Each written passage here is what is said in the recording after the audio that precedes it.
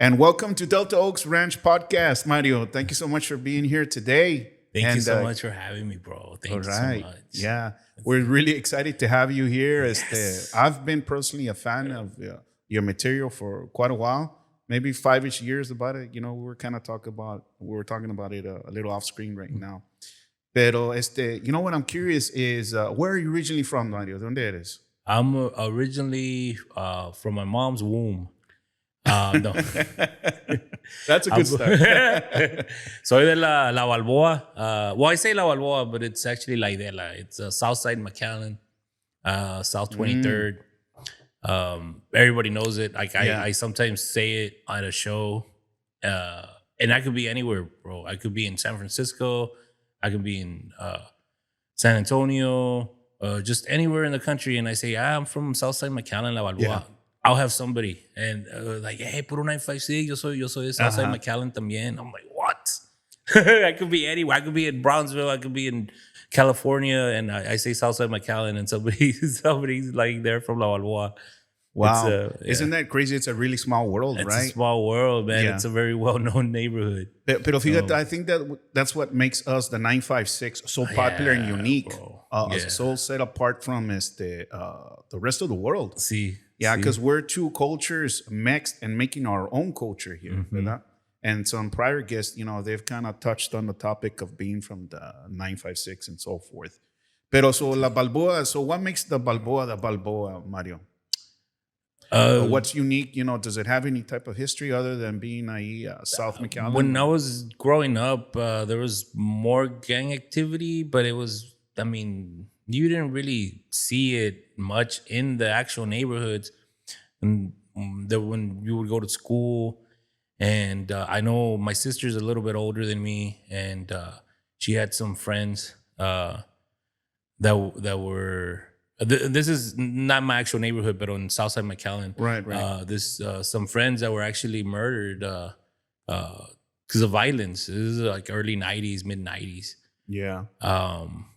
My neighborhood, I didn't see it much, but también we would see it también in a lot of schools que se peleaban los neighborhoods y todo. Y, you know, there's a lot of drug activity there. I don't know how it is now. I moved out of my mom's house finally. Yeah. Well, she fired me as her provider. Yeah. No, pero it's just, I don't know, man. It's everybody there.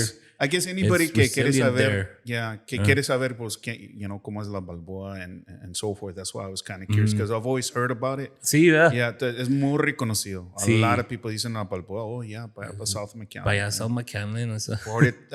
So it's kind of todavía headed towards Hidalgo, ¿verdad? Sí. Yeah, sí. por la 23rd. Yeah. Sí, you can get through it through Ware Road también, pero the 23rd is the preferred más conocido South 23rd. Yeah, okay. So how was it growing up for you, coming from the Balboa, Mario? Like, was it challenging or cómo está la? Nah, it was like it was an awesome place to grow up.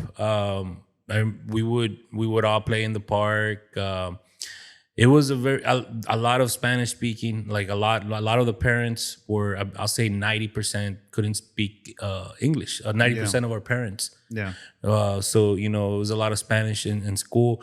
I went to Brown Middle School, and I was the school DJ for the dances. Really? And I would get a lot of flack because I would try to play a lot of hip hop.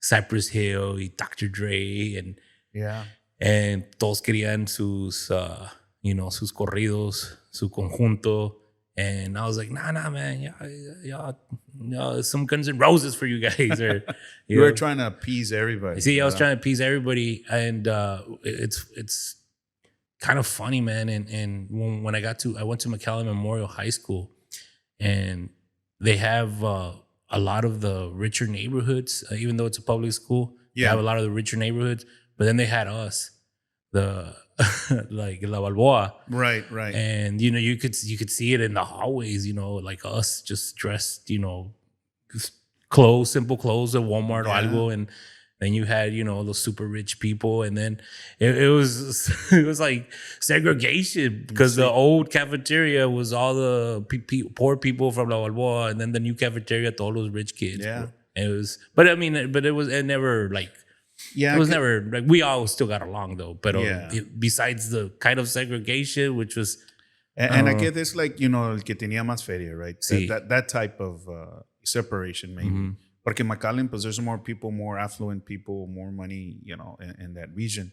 And I guess the valley has its own, también, sí, también. And I guess that I always had that chip on my shoulder that I always wanted to where I was from. I always wanted to represent where I was from, starting in high school, because I was like, well, I'm proud to be from La Balboa, and and it came to be también now in my comedy. Like, I've never moved. I've been told thousands of times, you got to move from the valley to make it. And I know my journey's taking longer than most. I mean, 17 years in, I've done a lot of great things, but like I still aspire for more. But I want to do it from the valley. I want to bring comedy to the valley. I want us to be represented. I want our culture to be represented. I want our voice to be representative. That's why I do the videos también. I started them during the pandemic. I got more into them, and like my manager, he's this black dude from Denver. He lives in LA now, but he's like, man, we love, like, we love the way you talk, bro. And it's like, that's how everybody, mostly a lot of people from where I'm from, talk. And I always wanted to represent the valley chingon style, bro. Yeah. Like, so what, in your opinion, in Mario's opinion, what makes the 956 unique? Or what is your version of the 956? Porque, we hear about it in different ways, right? And it became a thing. 956 maybe has become a thing, what? How many years back? The first time I heard it was this lady that was at the Tonight Show, Jimmy Fallon.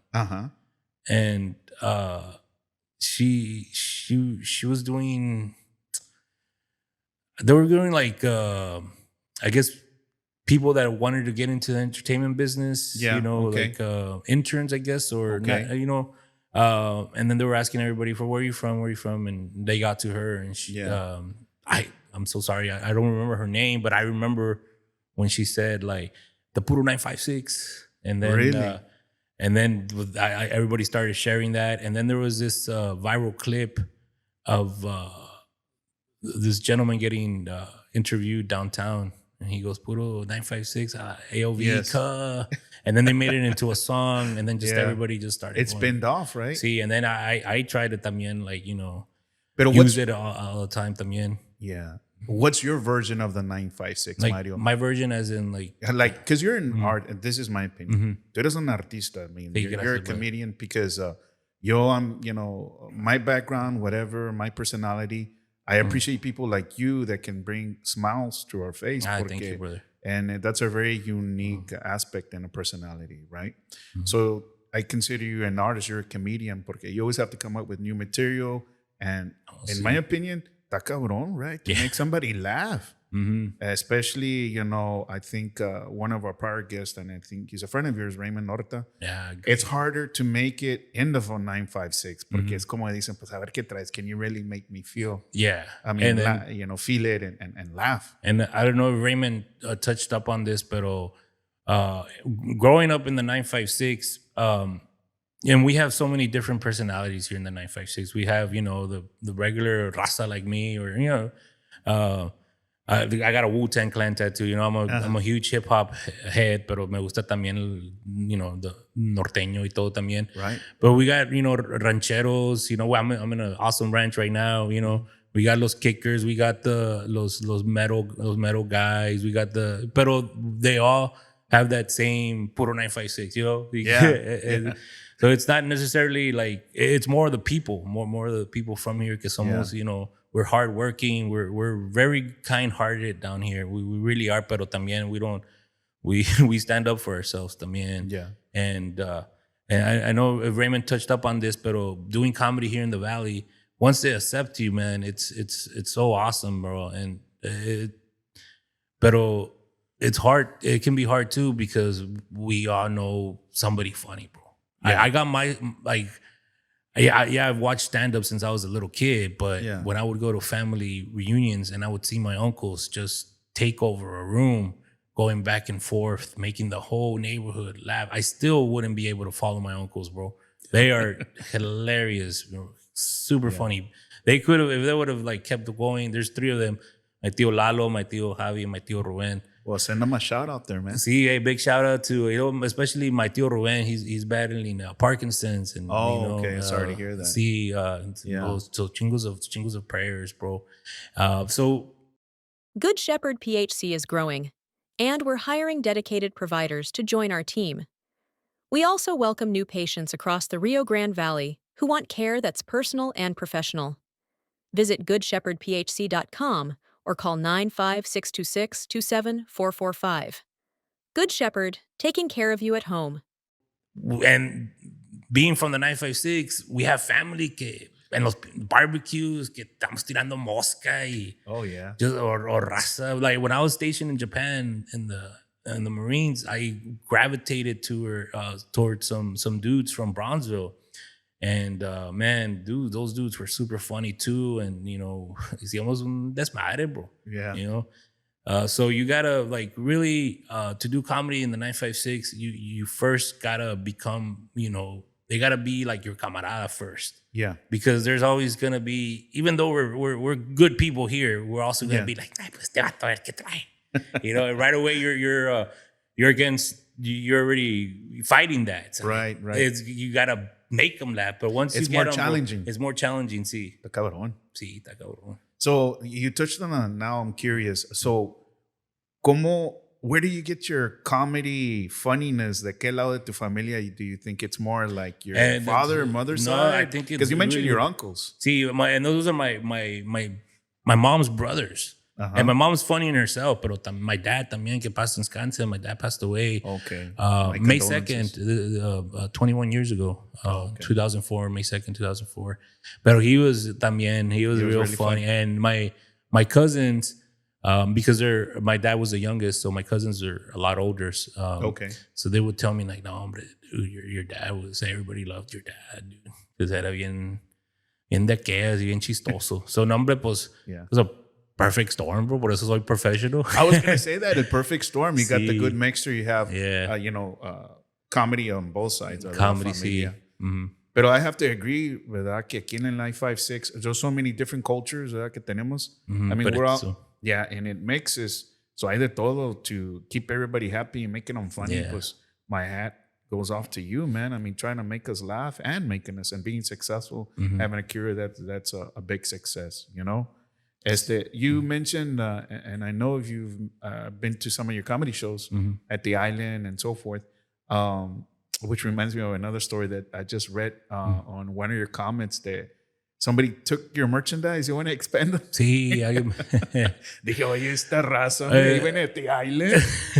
y se me hace que eran los VIPs, los que tenían feria. De Pero todos. I honestly think, bro, that it was earlier in the evening. Bro, this is luckily I've been blessed that now I have this clothing company that does my merch. Uh-huh.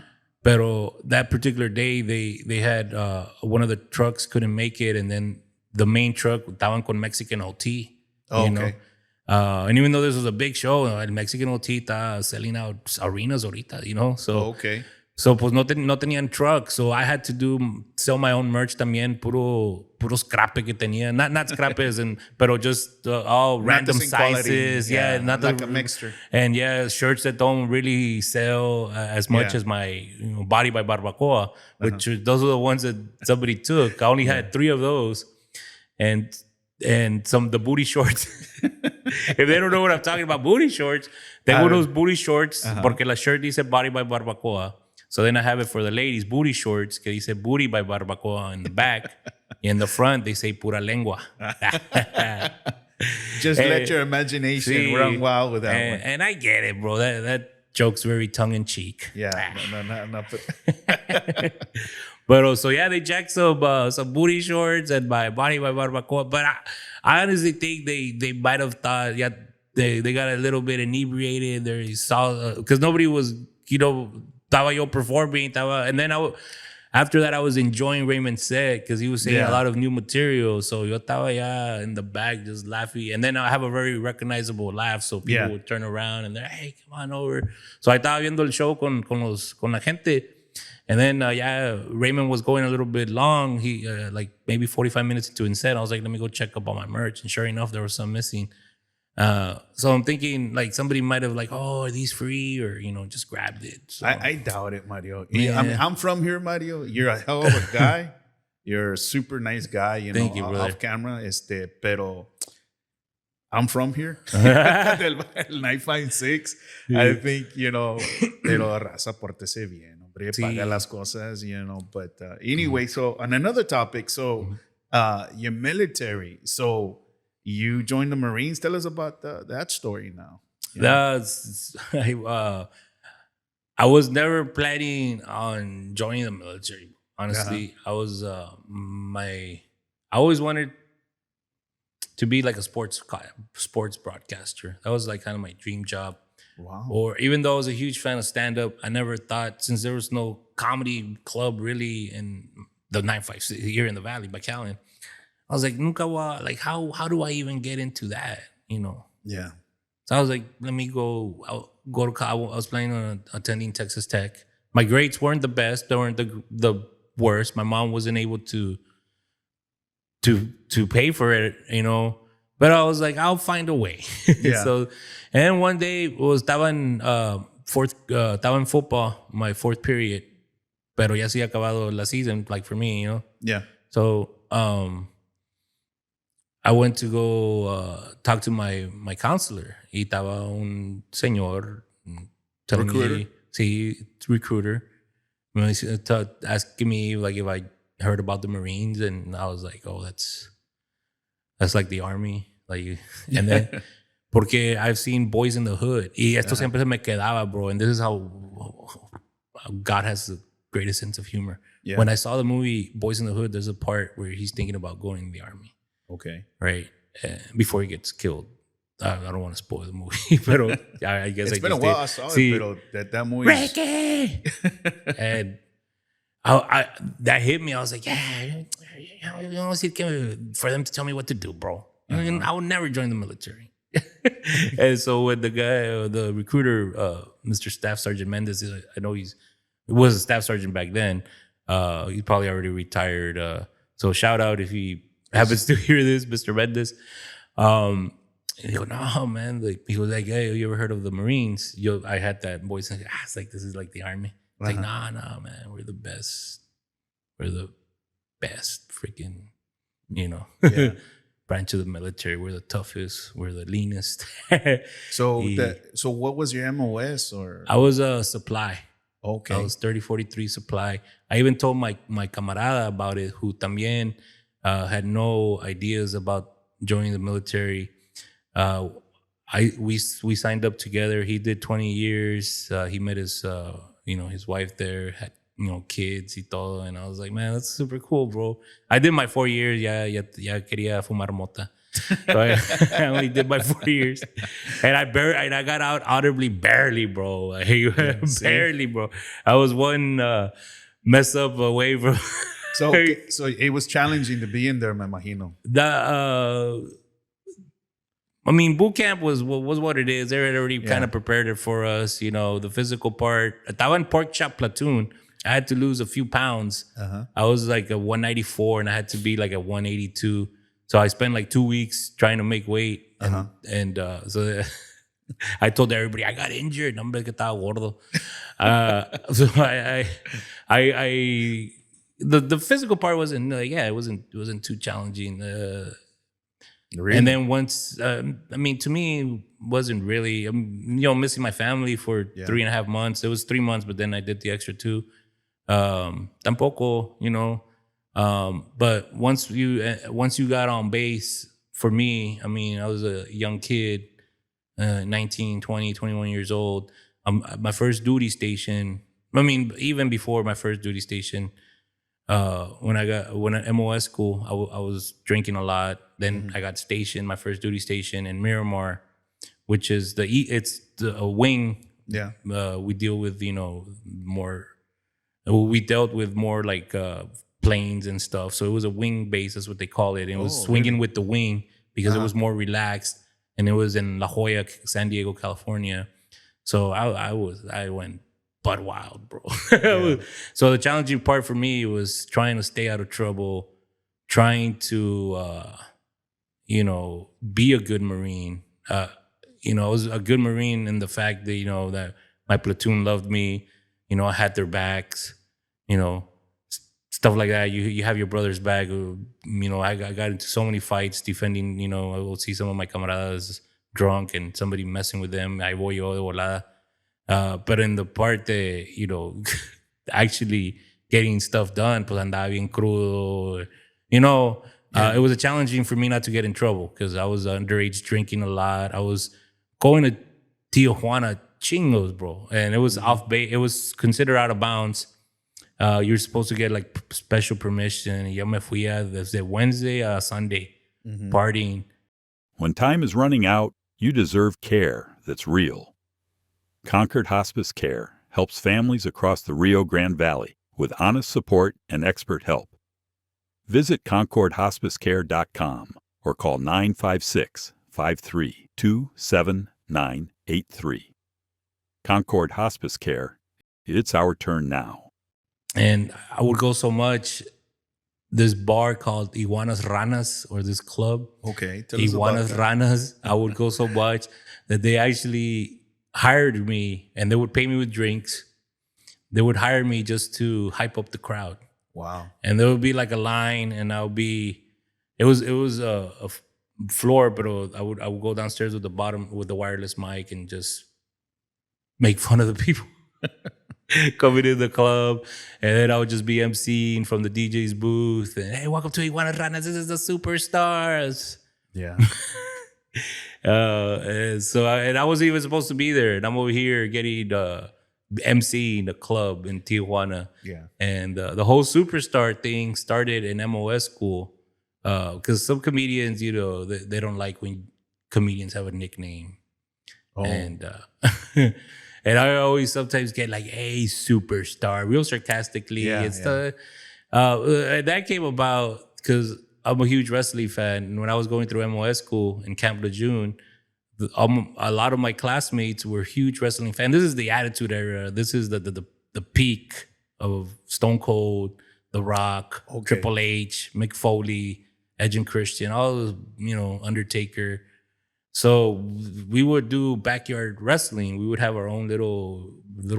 Wow. We never had a ring. We just wrestled there on the barracks. But we had our own little promotion with promos and one time I was just cutting a promo and there was somebody else in the barracks had music going on and the song Ghetto Superstar was playing. And so I was cutting the promo and everybody would call me Salazar in the military, Salazar, but Salazar. Yeah, I get it. So de volada se me hizo click and I cut a promo. Hey, I'm Mario Superstar Salazar. Hate me because you ain't me. It was bad. Everybody, our little fans that were there watching us just ate it up. And from then on, all my platoon started calling me that. When I got to my first duty station, I got the Superstar tattoo. Andale. So then everybody started calling me that. It just became a thing. And so when I got out, I was like, for it to be more recognizable on a flyer or when they bring you up, like I thought like, hey, I'm just gonna incorporate the Superstar to it. Yeah, it is. It was. I mean, until to this day, I still use it sometimes. But I was catching some slack from comedians, like, oh, these comedians that give themselves nicknames. That went no bro. Yeah. But in my opinion, a lot of people through my life, people that have been in the military or paramilitary organizations, like government agencies, law enforcement, or whatever, they usually have a stronger stronger mind. I think when you meet challenges. So do you feel that has contributed to you? That porque está cabrón, life in general. I mean, it's giving you a strong foundation, to be successful. Like being in the military has it helped? It's navigated some once because like honestly, like I was I was a mess up, and I was what we call a shed bird, Uh-huh. you know.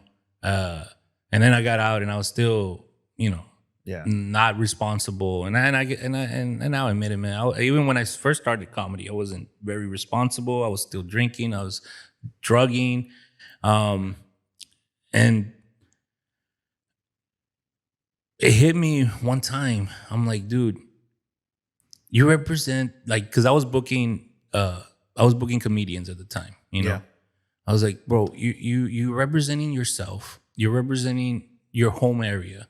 You're representing the military, the Marines. You're representing the Marines, bro. So it kind of helped me to sober up. Kind of helped me to be more responsible. And my career started exploding after that. Yeah. So I took it back more to the pride I had of being a Marine. I'm like, dude. Still I'm not in the greatest shape también, but I've since that time también I've lost weight, I gained it back, lost some more. Yo estoy como Oprah, carnal. But that always the pride that I was a Marine. Yeah. And I'm like, it is a Marine, you're a booker, you're from the Valley, y andas todo borracho, fuck, Yeah. And I know Marines were like known to get drunk too, but like, I mean, you're the booker, bro. You're representing the Valley, you're representing the military, like, present yourself more professional, start wearing nicer shirts, on stage. But you're human también, Mario. See? You're a human being. Mm-hmm. And in my opinion, it took balls, to join the military. Yeah. I mean, just look at people in general, que they won't sign up to the military. Y luego, of all things, the Marines is one of the hardest, if not the hardest, right, organization to join. Mm-hmm. So my hat's up to you. Thank you, brother. I appreciate and it. thank you for your service. Yeah, you might have had challenges, but who doesn't? Mm-hmm. Some people have more than others, but you still did it, baby. Yeah, you still did bro. it. So, thank you. Thank you for your service. Mm-hmm. Thank you. And that's why, and I always I was a bad Marine when I was in. So that's why I try to be a very good veteran now. I try to talk to my fellow, warriors, my fellow brothers and sisters in the military. Try to, be a better example, be a better friend, be a better, like, hey man, you saw I didn't go through combat, but I know a lot of friends that do. So, I try to talk to them. It's like, I can't relate to what you saw, but I do know what it feels like to be rock bottom, and I was facing prison time because I had an accident where somebody lost their life. Mm-hmm. They were laying in the middle of the road, and look, I ran them over. I called. I did everything right y todo, pero it was still. Yeah. They still gave me, probation for it, because I had been drinking. And even though it was considered an accident, I still had been drinking. And while I was on probation, I messed up. I because the just the impact of knowing that somebody's life was lost because of your actions, or not necessarily actions, because it was considered pero Of the situation. because of the situation, and so the depression hit me hard y todo, and I didn't turn to anybody, because what we do as military, like, we still have that stigma that we should be tougher. Yeah. And we should not. And even the stigma of military, the stigma of being Latino, the stigma of being a man, we don't ask for help. So that's why, I try to tell these veterans, I try to give them my, not necessarily testimonial, but, this is what I went through. And, I messed up. I fixed it. I'm sober now. I'm going on 9 years, because I talked to a lot of them, like, what they saw makes them, turn to drugs, turn to alcohol. And, after my accident with that gentleman, my drinking and my drugging exploded, Mm-hmm. That was your coping mecanism. Sí. Como dicen, ¿verdad? See, so I try to, now, like I said, I try to, just hay una salida, bro. Yeah, there hay una is. salida, and So it's good to hear from you, entonces, that you're trying to flip it into a positive, and maybe perhaps todo pasa por algo, como dicen. Sí. And it's what you do with it, and you flip it. So now you're there for any other person that's going through, something similar, maybe not the same, but God puts you in certain paths. And si les puedes ayudar, and I think everything happens for a reason. So, bro, and now, ahorita que estamos en el podcast, I had this spiritual way. Ahorita, right now, when you said a prayer before the podcast, me dio bastante orgullo, me dio bastante, que just God was here. Thank you. I had a really amazing spiritual awakening, and some say it was the drugs, but there's a lot of great. The first couple of months of this year was rough. I don't mean, maybe it was just because of what was gonna happen later. Right. But I mean, the bookings weren't really coming, and I was like, man. And I would have one in Corpus and sold 40 tickets as compared to like 300, last year. I'm like, what's going on? Yeah. And all the way up to March started picking up a little bit. February is usually really busy for me. It wasn't this year. I mean, March también. And then I was doing a show with Raymond and Bishop, and I get a call from one of my friends who's on tour with Fluffy, and he's like, "Hey man, Gabriel's asking about you, man. He really likes your comedy, and he's gonna get a hold of you." And then that happens, and then I had another major milestone. They asked me to headline the LOL Comedy Club in San Antonio. Wow. And so, and I rocked it with Fluffy, and he was such a great dude. And then the next week the sales were for like a last minute. I replaced a legend, Jay Farrell, a comedian, does all the voices, super talented. He had to film a movie, and they lo cambiaron conmigo. A lot of tickets got returned, but then they saw because they told them it was canceled, and then they promoted me, and all those tickets started coming back again.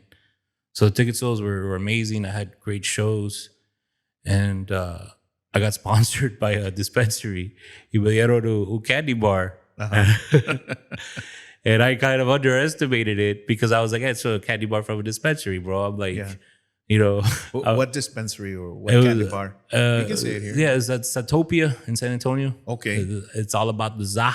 Okay, there you and go. They gave me this 1,000 milligram. It's a chocolate bar? White chocolate. See, white chocolate. Okay. White chocolate, THCA, 1,000 milligram. I didn't eat the whole 1,000 milligram. I just took maybe 300. And I don't know. I was in my room, back in the hotel room, and I started praying. And de repente, it's like, I've been, my wife had, we started going to a new church that I really liked in San Benito. Maybe since last year, I think. Okay. And before that, the messages had been resonating with me. Cuando vas to church, a lot of times for me, I'll go to church with my mom, and I'm sorry, mom, si estás oyendo esto. But estaba boring la service. I get it you. wasn't talking to me. Yeah.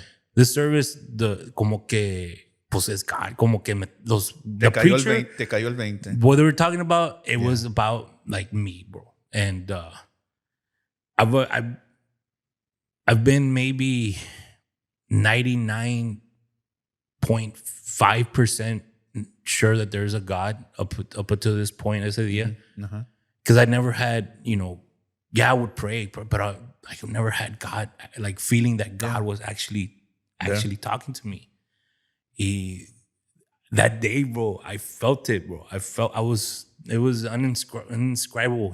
I actually felt his voice. Me estaba hablando, me estaba diciendo que tenía una purpose. Me estaba, diciendo everything. And I was so excited. Tenía chingos de energy.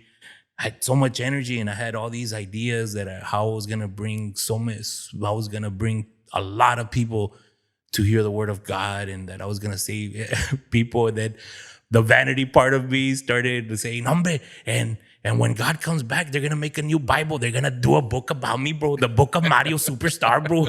And how I brought a lot of people to Christianity and to the word of God. And I saved a lot of people. And then God was like, stop being so vain. And I was like, all right, bye, God. I had a podcast, bro. The BFR podcast in San Antonio. My good friend Beans and Rich. Shout out. See, those guys. I had it at 9 a.m. And it was already like 5 a.m. Uh-huh. And I was still talking to God and praying and telling him all the Wow. people I wanted to get to talk to about, God. And I was like, man, but I should go to sleep. So I was like, pagué todo, right? Pagué todas las lights. It was like 4 a.m. It was still very dark outside. So the room was completely dark. Me puse mi sleep apnea machine. And como estaba diciendo God, like, no, don't go to sleep yet. Like, todavía, like, you still. And so I estaba ahí laying down, trying to close my eyes. And de repente se prende, like, the restroom light turns on. Like, Wow. somebody had to, it was one of those, like, you got to flip the switch. So Right. it wasn't like se cayó una towel. Maybe the sensor picked it up or Yeah. no. So it was, somebody had to go. So se prendió. And I was like, God, dude. Like, I was just scared. Like, when that happens in a movie, you're like, Yeah. oh. I was like, oh, God. So I me quité mi mask, mi Top Gun mask. I went to the restroom, and for like a half a second, I saw my friend Tripa, who passed away from cancer. Very, very talented comedian, Israel Garcia.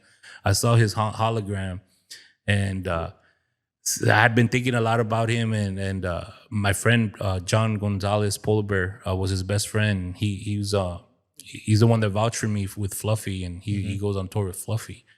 And we had been talking a lot about him, that like he made all this happen, and because everything that they would be talking about before he passed on his hospice and stuff was coming true. And it was just What changed there, Mario? I mean, it looks like you want to say it. What changed that pivotal? You started talking to God and all that. What do you think that what changed in you? no How would you como que explain it? he finally.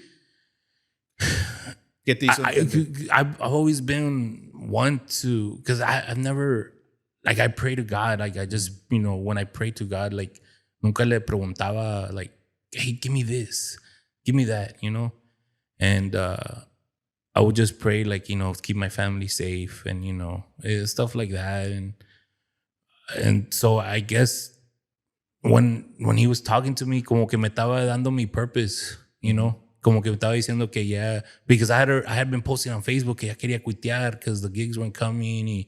Give you direction. Sí, and just to kind of tell me, like, I'm gonna use you for a lot. I'm gonna use you to inspire people. I'm gonna use you to bring people to me. Es lo que como, like, me estaba hablando, me estaba diciendo. Giving you hope. Not hope and Animal, maybe. porque pues el hope como que ya, like, and that's, I always have it in the back of my mind, even though estaba bien agüitado, and like siempre it's gonna be okay.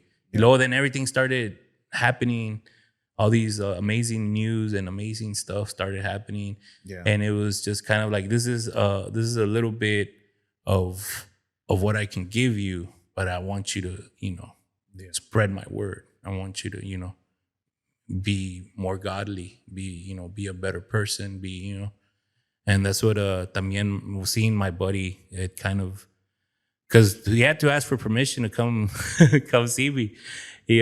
So I think it was just one of those que, like, I'm in heaven, I'm good, I'm super proud of you, and you have so much more work to do. Yeah. Sort of thing. Yeah, you certainly do. And since that day, man, my relationship with my wife's a lot better. My relationship with my mom and my friends are a lot better.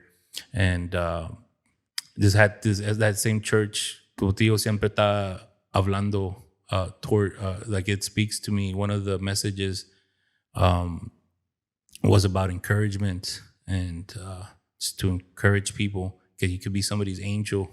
So I haven't been the bestest of friends sometimes to some of my, because I, not in the fact that I screw them over or anything, but I don't check up on people as much as I should. Sometimes People get busy. Sí, we get busy, I get it. We get busy, pero, there's como que God's still talking to me, and it's like, hey, man, go check up on this person. Go check up on this person. Okay, I get it. And every day I'm trying to reach out to somebody I haven't talked to in a while that, consider good friends. and come comedians, veterans, and try to because it's a hard world, bro, and Oh yeah, we very can't do it challenging. alone.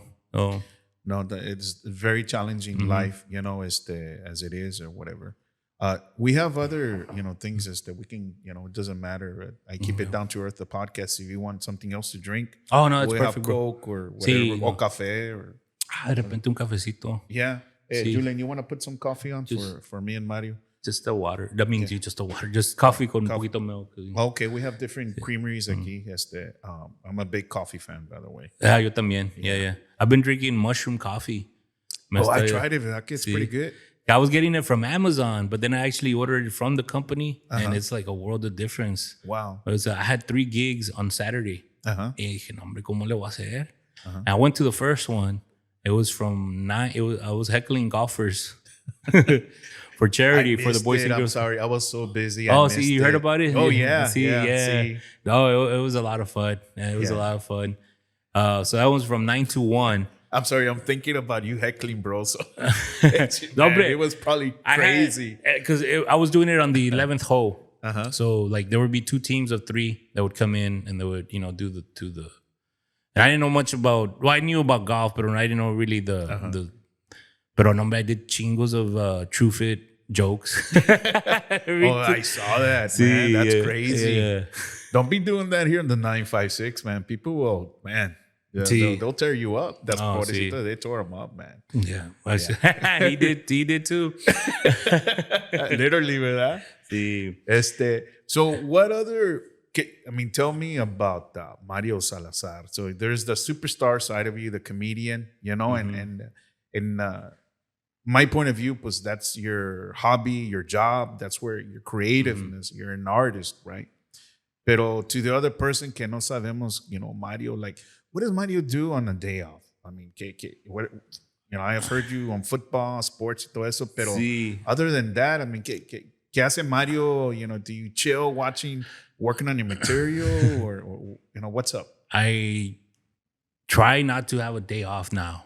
I always say that, ahorita, pues, pa' que tengo. But I mean, I guess every day's a day off and no days are off, porque I don't really have a set time. Like I don't punch a clock for somebody, Pero también I don't have a day where I'm just completely, and I've been wanting to, and I've been telling my wife like a day to just watch, Yeah. Paramount, forget Just bench on TV. Kings so of you Mayors, don't do that. Mayor of Kingstown. Oh, I just started that show. Yeah, it's pretty good. I don't binge, and I like to watch, a show, one show a week, Yeah.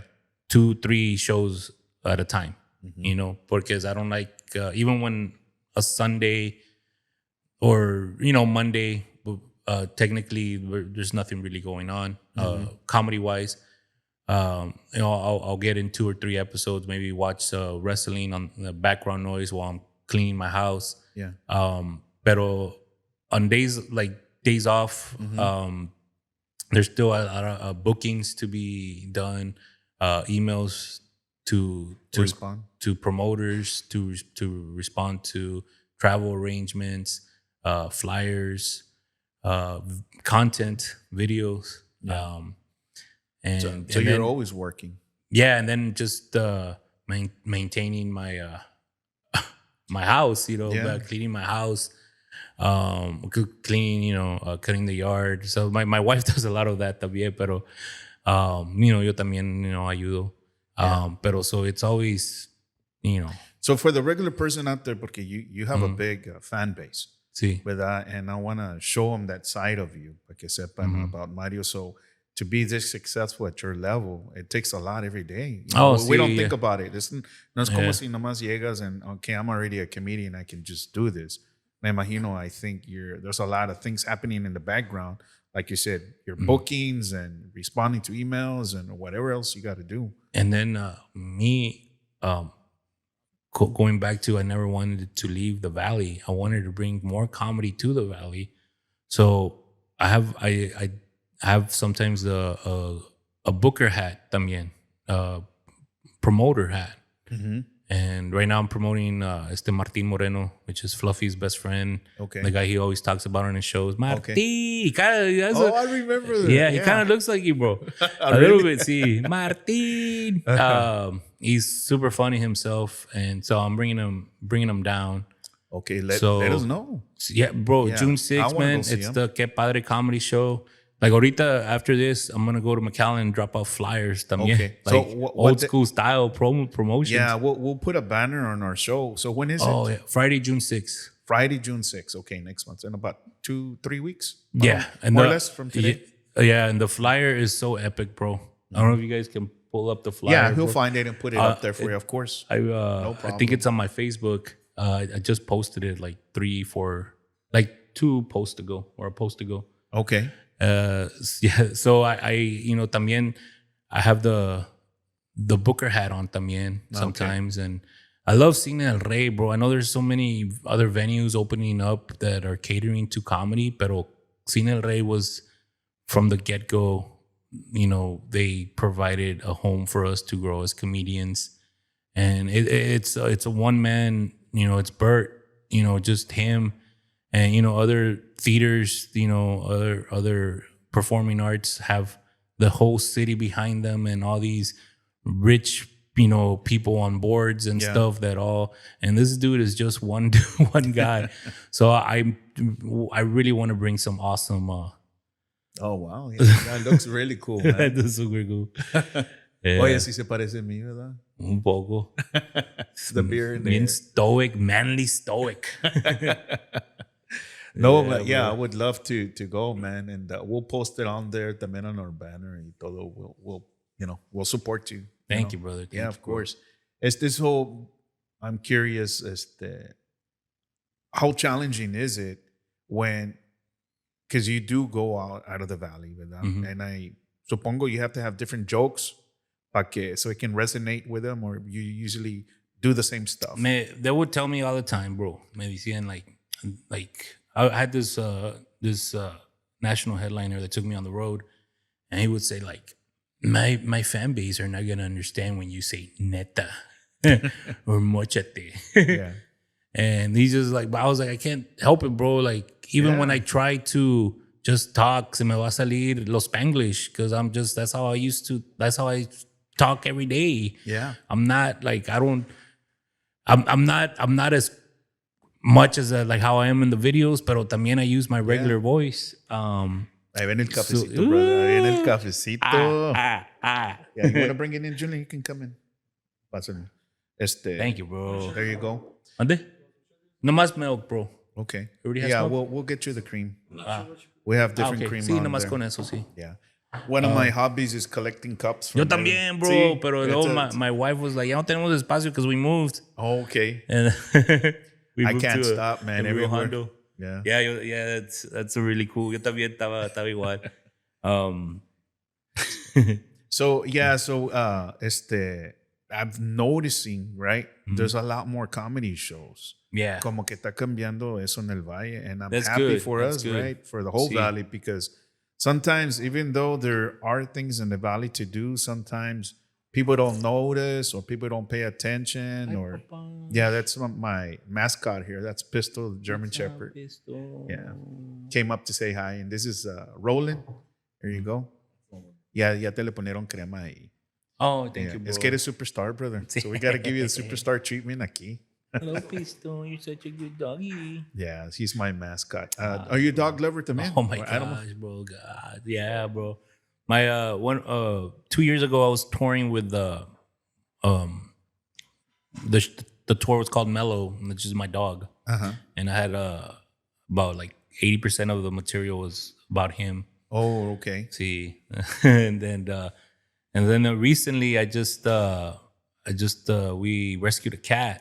A little tiny cat. Okay. We saw on the street, me and my wife, and we fixed her up, man. She had like one of her eyes was closed. She had like pobrecita. patches of skin missing, and come to find out, it was a severe case of ringworm, which is just fungus, and I do mushrooms, so it's.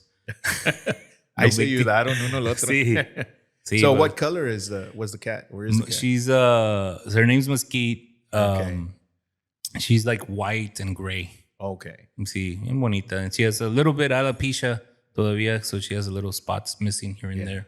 Yeah. But she's so awesome, man. Like, Yeah, pues aquí, at the ranch we're animal lovers. yeah, I saw Yeah, that. we have all man. kind, horses and dogs, and my wife made me more of a cat fan. She's a big Yeah, cat fan. pues yo también. She's wearing a cat shirt today over there. Oh, that's awesome. She seems to like they call them the tuxedo cats. Es que they're all black y lo traen como el white aquí nomás, Yeah. I guess, I don't know if that reminds her of me, I guess, because I'm always wearing And shirts. that's the message I've been giving también. I said it with on the Fluffy show when I did the arena with him, and then his road managers, and they were like, "Man, that's such a cool message." Because I was like, if you guys don't get anything from my show, just please, man, please be kind to animals. Yeah. Until then, please be kind to animals, man. Until I see you again. Yeah. Oh man, we gotta We have to. protect our little angels, man. Yeah, they are. They bring a lot of joy to our lives. And they really do. a lot of joy and protection, and You name it. I mean, they're just my dog. Literally saved my life. It was just me and him because he got gifted to me in January of 2020. Y luego post March 2020, we were locked down. Oh, that's right. And it was just It me and happened him. in March. Yeah. Sí, it was just Where me were and you him. locked up? Ahí Ahí en en La mi- Pal- en La No, Pal- where were you I living? was living in I was living in FAR from 2014 to 2000. Since last year, 2020. in Far. 10 years. Yeah. Estaba in FAR. And so it was just just me and my dog. What kind of dog is it? Hombre, Is it a mix? He es de todo, bro. He's He can claim everything in yeah, bro. He's 1% this, 10% he's that. corgi. See, he's corgi. So that's his. His main? Yeah, he's from corgi from Wales. Okay. He's terrier from Scotland. I'll let you So know. le pongo Braveheart en veces. There you Y luego he's Chihuahua. So le pongo blood in, blood out también. So he's and then he's another one también. We found out he's a Brazilian or Portuguese Pondaganian or something like that. So he's 4 mixes, bro. go. Wow. So yeah. His mom was half and half and his dad was half and half. So now he's Like quarter eighth. of everything. Yeah. So and hombre, está chulísimo el Melo, bro. I don't know if you've ever seen a picture of him or No, pero ahorita lo buscamos. Do Sí, you have bro. one posted somewhere? We'll find them. yeah, Ahorita, we should. Yeah, on my Facebook, Roland ahí will están, find it. on my cover photo should pop Yeah. out. Thank you, Roland. Mira mi collection de cups. Awesome, bro. That's when I'm feeling like a bandit. Ay, pues, Pero, so, yeah, I've been noticing there's a lot more comedians, and that's awesome that we're having that here in the Rio Grande Valley. Because I think, we have to promote ourselves here Yeah. in the valley and help each other out. And find more things to do because we're very unique being from the Rio Grande Valley, the AKA 956. and there's so much talent that has come out of the valley, bro, that people don't know about. That they're from the valley. I worked with my buddy just recently. The show that you helped sponsor, Okay. Martin Moreno. Okay. I mean, I'm sorry, Martin Urbano. Okay. I remember he came up to me when we were doing the last comic standing tour when Felipe Esparza won and Roy Wood Jr., a bunch of great comedians.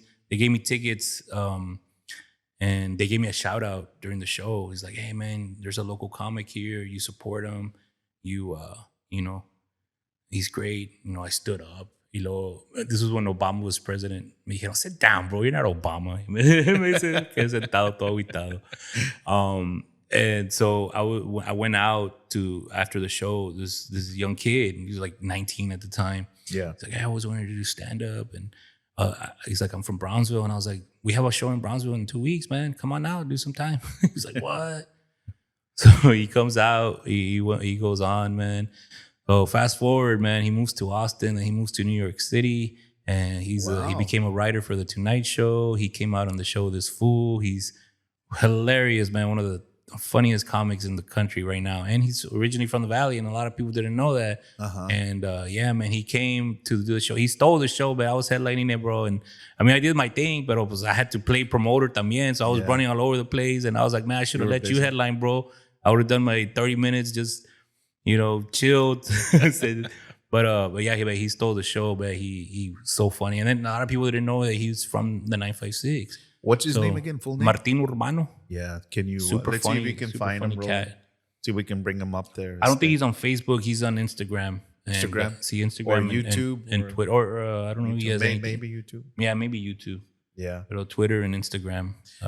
Yeah. So, do you think there's enough talent here in the Rio Grande Valley as far as comedians to funny ones, right? Mm-hmm. What's your opinion? I mean, because this is your niche. You're one of the premier comedians in the region. Is there enough to sustain here and to push people to go out there and make it a thing? There's about that are working constantly. There's about 6 or 7, and I was lucky to go to an open mic just to try out. Like, yeah, I still open mic it. Yeah. Just to go tweak out some new material, and there was a lot of talent that I have never seen, and they were funny. They were funny, man. We just need more spots to perform at work. them. Yeah, because we have Raymond every week. They're at the beach y todo, Yeah. just more venues. It's just more entertaining and more opportunities. Yeah. I want to say this that to the young comics, not necessarily in the Valley, but just all over In general, bro. Please, if you're not headlining the show, please don't be in the audience looking at your phone. That is so, I can't stand that, bro. Like me, I watch so much comedy, bro. And los toca que there's a venue que you have to a huevo be in the crowd, you know? Like I either go to like my car, see if I really have something important to like text. Yeah. Or for the most part, I'll watch the entire show and help out my buddy or whoever's performing, help him out with the tag, help him out with that. I just generally try to enjoy the show. And these young comics, man, and I know it was because our attention span in 2025 is The new generation. See, in the general. cell phones dude. Comedians, we can be crushing, but we see somebody not laughing, we're gonna concentrate on that person. So I could be. didn't know that. See, no, we're bad, bro. Like, I mean, it's just we're just drawn like at huevo. We want to make that person laugh. Yeah. So, man, it's my biggest pet peeve, bro. And I'm gonna stop taking people on the road if they do this. Like, I'm saying it now, bro. You can use it as a clip. Yeah. Okay. Don't like make that statement. If one of your fellow comedians is performing, get off your. Can I curse? Yes. Get off your fucking phone. Get off your fucking phone, dude, and go. Get off the showroom. Go check your phone in the parking lot. Go check your phone outside. Don't be fucking on your phone while a fellow comedian is performing, dude. No matter how many times you've seen his set. It's or poor her set, etiquette. it's so fucking poor etiquette, man. And I can't stand that, bro. Yeah. I can't stand Y it, que dude. más than they do like the unspoken rules that they're newcomers and a lo mejor no saben. No, Like, hombre, some that's of a them- big one. no, Like, what's a big don't besides that? Of course, también the biggest one is don't steal other comedians' material, bro. We have what is called maybe stock jokes that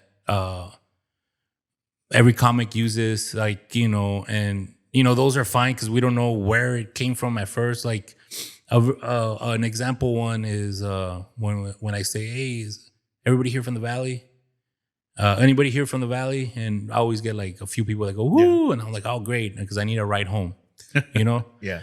If somebody That's steals that- yours. Yeah. No, I've so many comics say it. Oh, okay. That's just if somebody else says that joke, I'm not gonna care. But if they do like a specific joke, that everybody's like, that's a Mario Salazar joke, or when they do it verbatim, or they're when when it's stealing your own stealing, like that's a big no, bro. And But I remember a couple of years, Mario, well, more than a couple of years, there was that famous, parece que es, I don't know, si es ándale, Carlos Mancilla, that he went through all that, and I don't know what your opinion is, pero from there, he wasn't as popular. Or... No, he lost it all, bro. And then it's funny porque now también it's more accepted too. There's a comedian, Rene Vaca, that was caught stealing Willie Barcena's joke.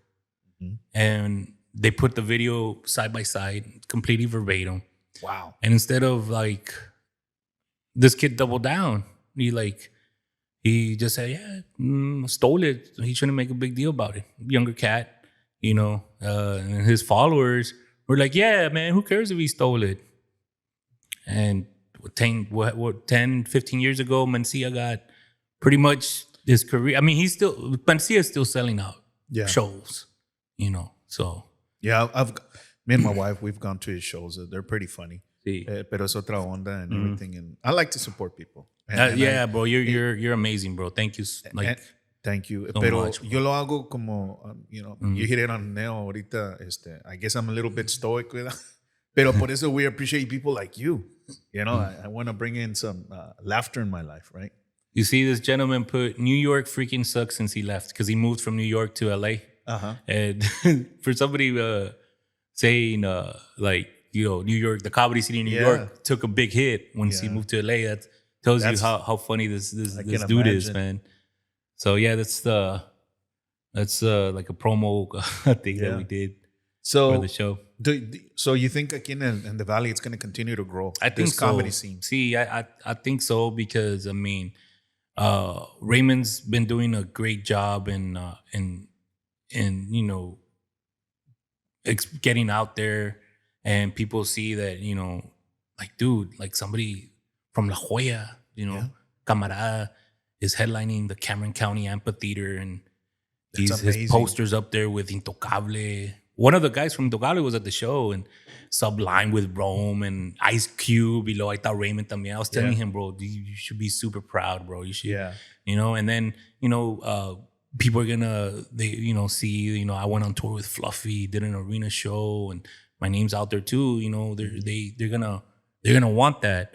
And you could go about it two ways. You could be, that dick that tries to tear us down because we're doing something they're not, they always wanted to do. Or you could be like, man, let me reach out to these guys. I always wanted to be a comedian. I was like, because we're down. If I get a message like, hey man, like I always wanted to be a comedian, I'm always down to like tell them the steps it takes. Right. It's different. I mean, it's easier and it's harder nowadays también. Because of social media, it's easier, but it's so saturated now too. So you gotta, you really gotta work harder también. But it is easier because now somebody can go viral super quick, But once, man, if you get super quick viral, man, you gotta be ready, bro. Right? You gotta be ready. So that's when the new material and everything to keep them and then just the reps of being on stage. That's when it comes in. Don't be complacent with like, oh, I already have a following, so I don't gotta work on the craft. No, dude, like. Pues por eso yo pienso, Mario, in my opinion, you're one of the pioneers that's breaking here in the Valley the comedy scene. No se diga Raymond Horta, especialmente. But you're right there también. Sí. So you're one of the pioneers. How does that make you feel that, this is going somewhere? It's growing. There's some momentum. So how does that feel? It's such an honor when people like say like, hey, what are the comedians in the Valley? They always, mention me and Raymond first. And there's been great comedians that have come out of that are doing great. Cristela Alonso is from the Valley, but she didn't start in the Valley. She started off in Dallas. Nick Guerra también started off in Dallas. Maggie May. Yeah. All great comics. Me and Raymond, we held it down here, bro. We're like, nah, we're gonna start comedy from here, dude. From here with our people. That's how we're gonna, And then me and Raymond have always been the best of friends, bro. We share faith. We share the love of comedy, the passion for comedy. There's never been a competition between us. Like, it's competitive. Like, I always try to make him have the best show. So I'm always gonna like ponerle chingos de crema a los tacos when I go up before him, because I want him to, challenge himself and even put on an even better show, And it's always us working together to build comedy from here. But why did Mario Salazar decide to stay in the 956? Because Raymond, he told us about it, right? Pero why did Mario decide? ¿Por qué no te fuiste? Why, like all those, have heard, they would tell you, the comedians, hey, if you want to make it, go over here, you know. Yeah. Pero why did Mario stay?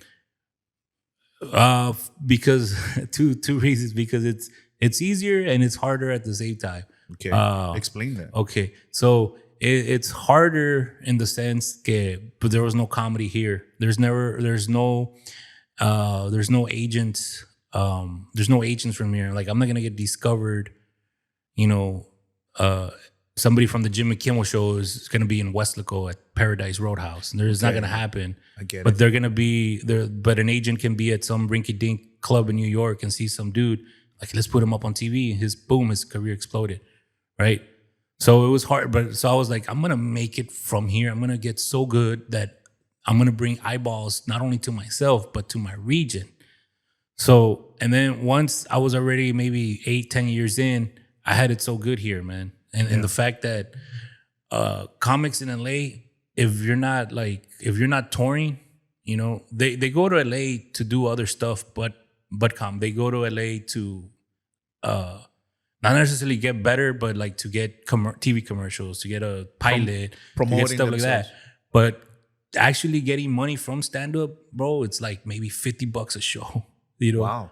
$100 a show. Where here I can, you know, headline a private gig for $2,000. You know, so it's easier in that. And so this is such a big area, Sí. and I'm one of the top 2-3 best comics in here. You are. So if Raymond's not working, or if Raymond's working, or Raymond doesn't, they're gonna call me. You know, So I had it real easy here too. So it's easier and harder. Like, I wanted more. Like, I wanted to make it from here just so I could bring up the valley with it too.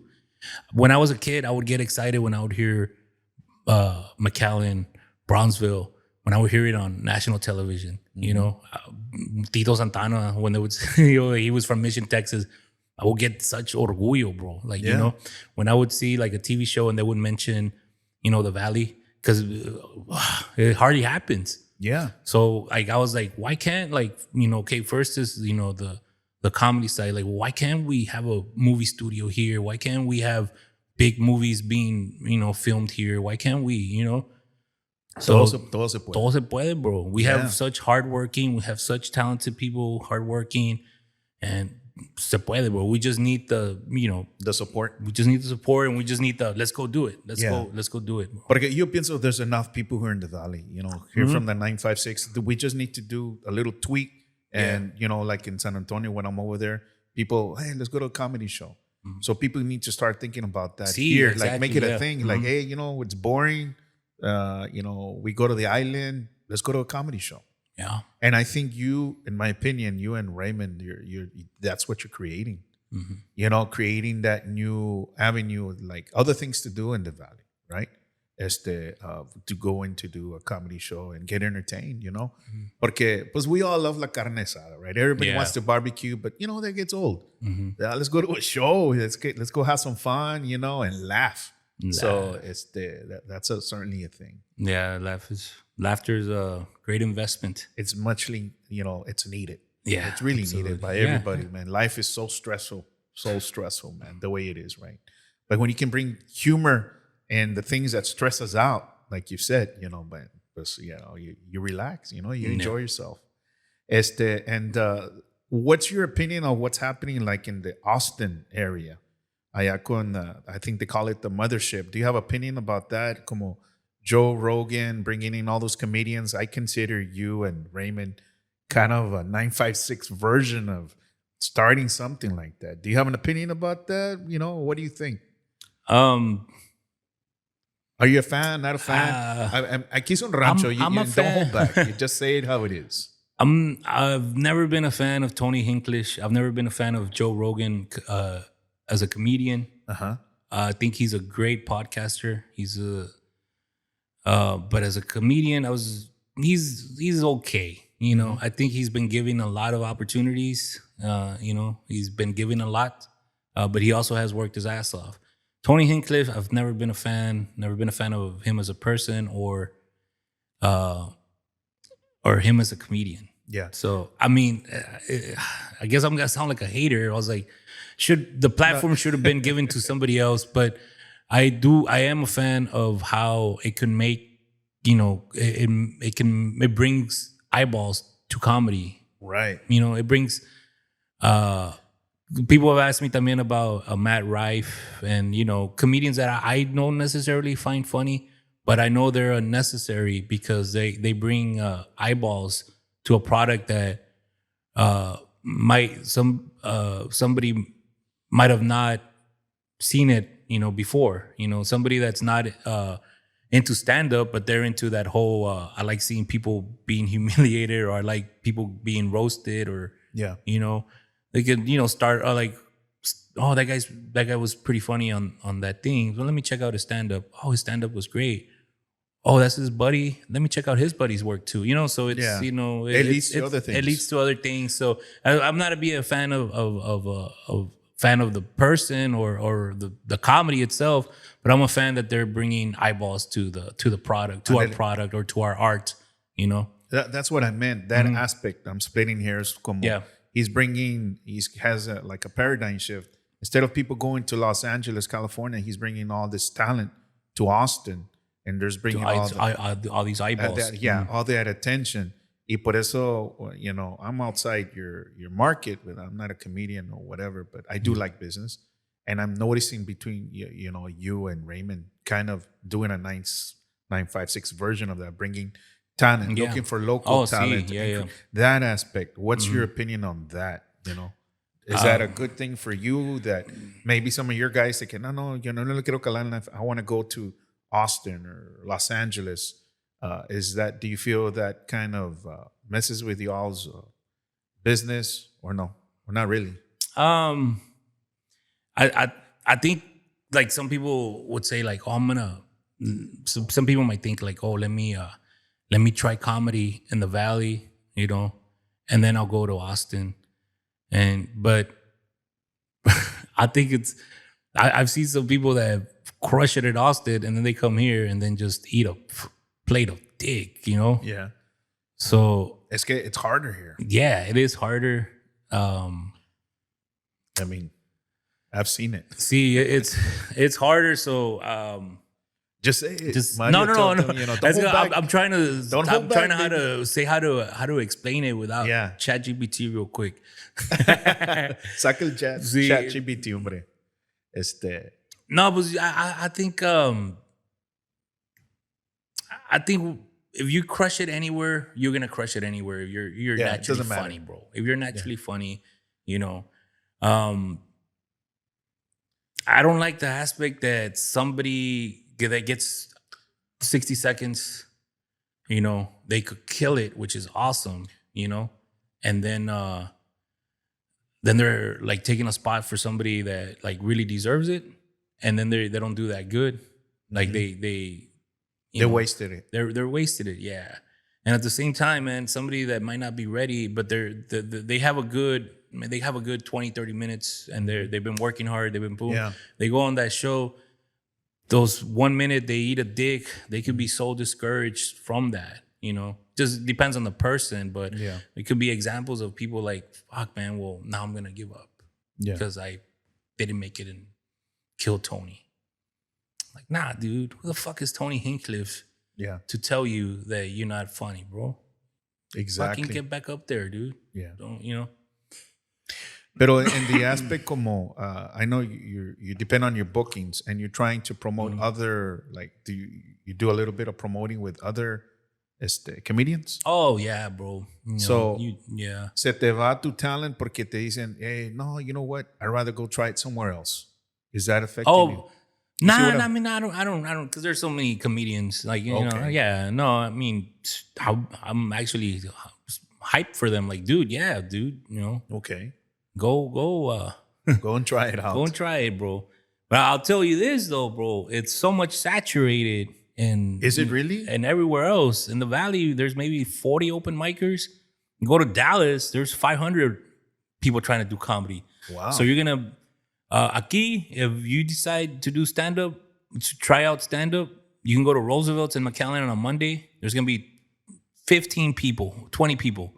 You know, you go to Dallas to try it, you're gonna be waiting till 2 a.m. to go on stage. It's gonna be 400-500 people, and it's just gonna be nothing but other comics, nothing but staff. So aquí, man, it's a good because it's still not as saturated yet, you know. Right. And so let me go back a little bit because antes que se me olvide, you know, I really want to know, Mario, where did it happen where Mario wanted to be a comedian? That's where I was going with. You come from South McAllen, La Balboa. Donde pasó? Donde dije, hey, you know what? I'm funny. I want to be a comedian. What did you want to be first? Before, well, first, when I was a kid, astronaut. And then NBA point guard. Yeah. An NBA point guard, pero never grew. I'm 5'10". And then, no, I always wanted to be some sort of entertainer, man. I was so enthralled with Bernie Mac and Sam Kinison and Sam Kinison, Andrew Dice Clay, and then Bernie Mac, Chris Rock, you know. But like I said, I never thought there was a way for me to get there. I thought it was easier for me to be a movie star, or, you know. So when I was leaving the military, I even have a plaque that my old unit, they said, superstar, man, good luck in your Hollywood career. Because I was telling everybody, like, nah, I'm going to go to LA and just try to be an actor. Even though, like, stand-up was always a love for stand-up, you know? Yeah. I remember when I was in 7th grade, the most popular girl in school, you know, cheerleader, todo, she's super cool. She's like, I want you to always sit with me because you're funny.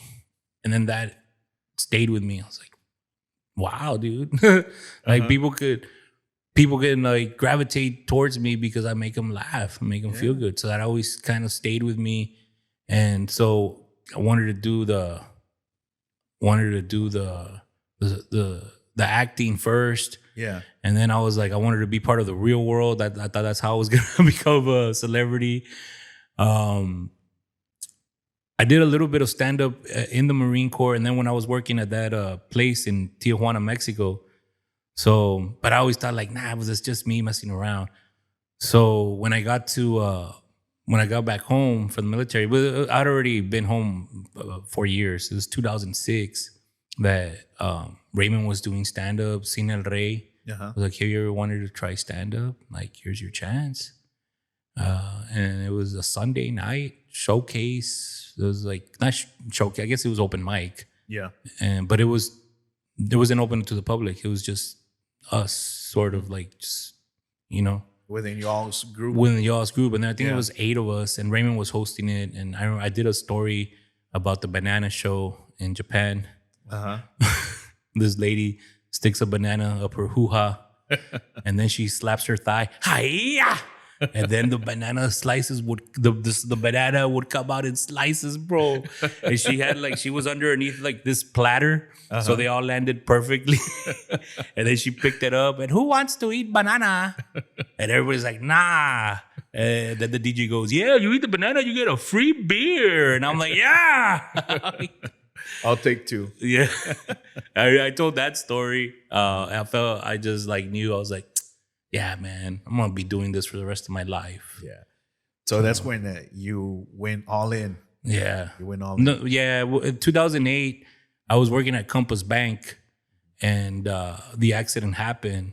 The one I was talking about earlier. Okay. So I got fired. I mean, it made the news. They saw me on the news. And like, we can't have you working at the bank. And so I got fired. So I was like, man, I got to do this full time. I always knew I wasn't going to, you know, because it was an accident, you know. So I knew, I was like, I'm probably going to be doing probation. So I'm just going to concentrate on this full time, you know. So when I made the jump to do stand-up full time is when I was going through my lowest.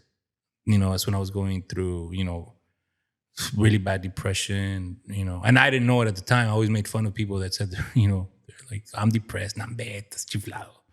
But that's what I was going through. I just didn't know it. I was drinking, eating, overeating, over drinking, over snorting. I was a mess, bro. You were coping. Coping got you, yeah. Finding And things that's to cope with. yeah, and trying to become and losing my job and trying to become a comedian full time. It's a big challenge, man. Sí, todo. Pero so that's when you decided to go all in, Mario. Pero through your childhood, do you have any stories for us? You know, donde empezaste, like the high school story you told us about. Well, that was in junior high. When did you know?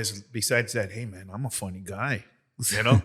Well, in fourth grade, with Mr. Borbois, and that's his name, my teacher, really awesome teacher. I ended up seeing him at a show in McAllen, and it took me a while to realize it was him. And then I told him, and he's like, yes, I remember you, man. He's like, man, I'm so proud of you, man.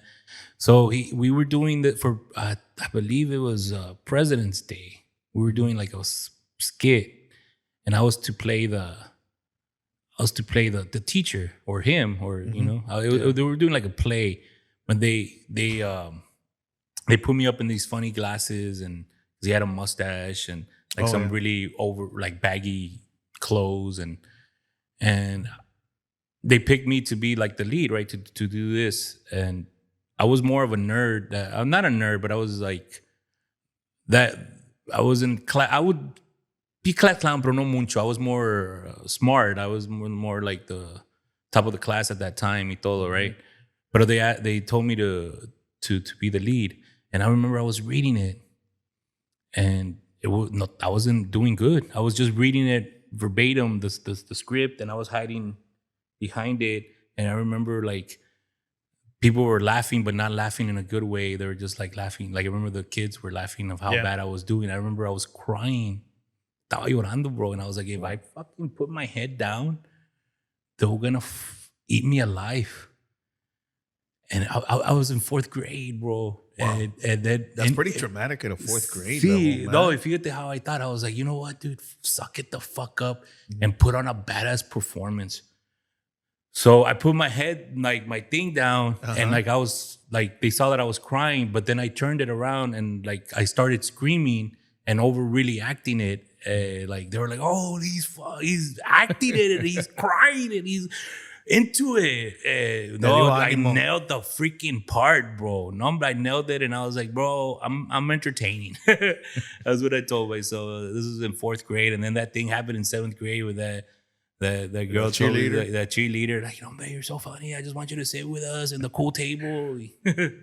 And so, how did that continue in high school? High school. Were you a class clown? See, and then in class clown, gacho, bro, class clown. Sacadoras. Te estás riendo. Tell us a story. No, I can't really remember particular stories, but I just remember like like so funny that your teacher like is laughing and just shaking her head like this dude is fucking something else, bro. I had an English teacher, Mr. Bradley, I think. He was a huge Green Bay Packer fan. And I used to like the NFL draft even back then.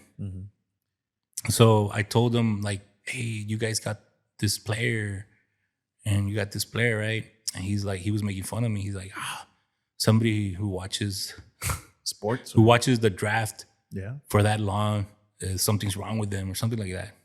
I was like, oh, okay. This guy got jokes. So me puse just the whole next 3-4 weeks, lotería puro guato, just puro Packer joke, le estaba tirando every time, bro. And he's like, so yeah, but just like that, bro. I would always do amazing callbacks. I wish I could just remember, but I would remember like something was funny in the beginning, and then I would bring it back in the most badass way. And I wish I could remember something, and I can't. But yeah, high school was so much fun, man. Yeah, I can imagine. High school was so much fun. Yeah, that's a little mini series right there, Mario Salazar high school years, right there. A little script right there. No, but season 2 was the Marine Corps. I was an international legal hold. Yeah, you need to start writing those stories, hey, man. bro, me and my buddy, we saved this this dancer from Bulgaria from getting beat up from her Japanese gangster boyfriend. Wow. So, ¿cómo tuvo eso? Okay.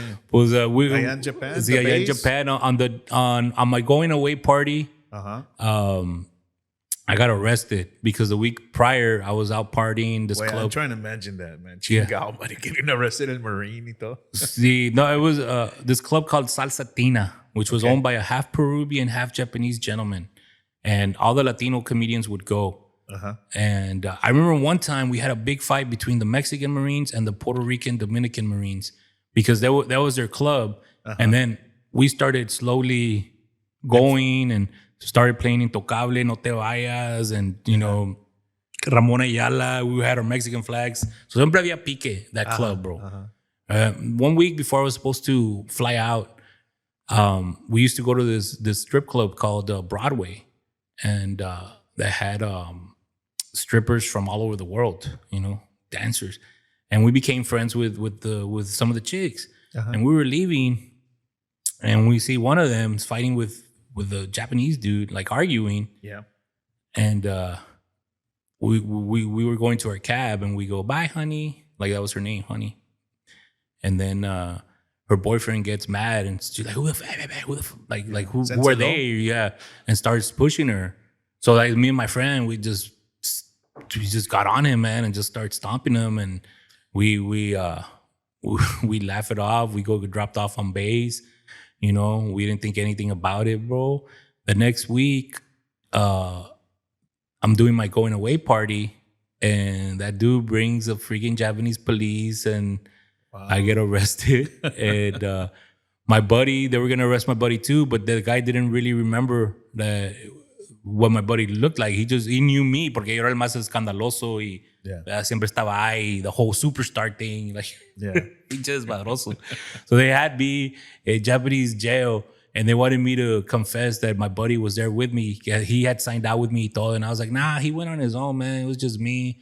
And so I was an international legal hold. After my EAS passed, because I was like that for like 2 months. I ended up getting out in November. And pretty much they wanted me to confess. Once they saw I wouldn't confess and they didn't want to make a big deal, I had to pay his hospital bills, which was $1,000. And they busted me down to a PFC. So I got out of the private first class, bro. I got out as a private first class. But todas las stripes aquí, ¿no? Private first class. Y luego nomás una y al último. And yeah, but it's a lifetime of memories. Pero that's an awesome life, though, Mario. Oh, man. Puras experiences. Oh, sí, bro. Gotcha. Ya no te las pueden contar. Right? So let's go back. I'm curious, you're friends with Fluffy. How is that? How's Fluffy off screen? Man, the nicest dude, and the show's very professional but very relaxed at the same time. You know, it's such a chill environment, but everything's like tun, you know. It's organized. Organized, yeah. The road managers are like tun, like boom, boom, boom. They have everything con madre. The dude's a freaking man, my respects, bro, because his work ethic is very admirable. Like, you got to see him work, or like back screen, like his schedule. His schedule, like the night prior, he had a show in Denton, Texas. He had like what they say, like 9,000 people there, and then he had a meet and greet afterwards that went on till like 2 a.m, and then he drove himself to Lubbock. It's about 4 or 5 hours away. Okay. So they didn't get in till like 7 a.m. They wake up to do promos for other shows and stuff like that. Then do the show, do the meet and greet, and then they were gonna drive to Oklahoma City. Wow. And that's just when he's on tour. Last year I felt bad because or last year this is how fluffy, how great this dude is, bro. He was touring with a show that came out on Netflix. The last one he has, right? They filmed it in Miami. So what he does, he starts with the comedy clubs first, and then he'll go to a theater, and then he'll do the arenas, and then he'll film the special. Okay. My buddy who was on the road with him at the time, he says as soon as he's done with that special, he was already writing. Oh, he was not even writing. He was already ready, like to tour, completely retired that other material, and was already touring with the new one. Wow. Which is the one I got to see. I had already seen it in Hidalgo. So last year in Edinburgh, the one that just that's on Netflix now, me and my wife went to because my buddy gave me tickets, and we saw it. And then they came back. Then he filmed the special, and then he did the new one. So I didn't know this. So then they came back to Hidalgo, and this was in February. This is in February, right? 1 year apart. And my wife, I was like, "You want to go?" And she's like, "Oh, it's gonna be the same show." And I thought it was gonna be the same show that we had seen in Edinburgh. And I was like, "Yeah, I think it is," because I saw the setup was still the same. The production setup was still the same, just complete. So when I went, it was completely new material, and it was a lot better than the Netflix special that's on right now. It was like, man, because we got a lot more personal. Okay. So it was very like you were captivated like by his stories, and for him to just boom boom. Like I write all the time, but I wish I had the self-discipline to retire old material. Sometimes, I still bring old material back, and people say like people love the hits, stuff like that, but I think to grow as a comedian, man, if I had the self-discipline to retire old material, that would be chingón, bro. Pero yeah. So that's why what else do you, with a normal person? I mean, because you've gotten to meet him. ¿Cómo es Fluffy? Hombre, es bien lindo, bro. Like, I first saw him when he was about to go on, because before he goes on, estaba con su little, su wife, or not his wife, his señora, his super close friends. Yeah. So then he goes and meets the comedians that he write on stage right before he goes on. And I was like, oh, man. Le di la mano. He's like, come here, man. He gives me a hug. He's a hugger. Sí. And le dije que he didn't remember this, man. But he's like, yeah, it's something I would do. I remember in 2008 when I was first starting. Fíjate, bro. Fíjate. The monitor, McAllen, asked me, he was coming down to perform at the old, I don't know, the Villarreal or the old Civic Center, McAllen Civic Center. Right. And like, would you want to interview him? I was like, yeah, of course, right? Lo hice interview. During the interview, he goes, hey, and you, bro, like, I've seen your MySpace. This is how long ago it was. I've seen your MySpace. You like to party quite a bit, man. Like, hey, remember what you're doing comedy for. It's not to party. It's still a job. Mm-hmm. And that stayed with me. Me quedó una little mustard seed, and I went through my trials, my tribulation. Siempre me quedaba esa, espina, like, hey, dude, you represent the Valley, bro. You're representing yourself. You're representing your family. You're representing the Marine Corps. ¿Qué te dijo Fluffy many years ago? So I told him that story, and he's like, wow, man, that's awesome, bro. The week after, 2 weeks after that, he came down to Comic-Con, and I got to perform for like the VIPs of Comic-Con. Y su line estaba hasta el tronco, bro. And it was just the VIPs, right? Yeah. I went to go say, estoy name dropping ahorita, bro. I went to go say hi to Alan. I went to go say hi to Valente. Alan Covert from Grandma's Boy and all those Adam Sandler movies. Right. The coolest guy too, man.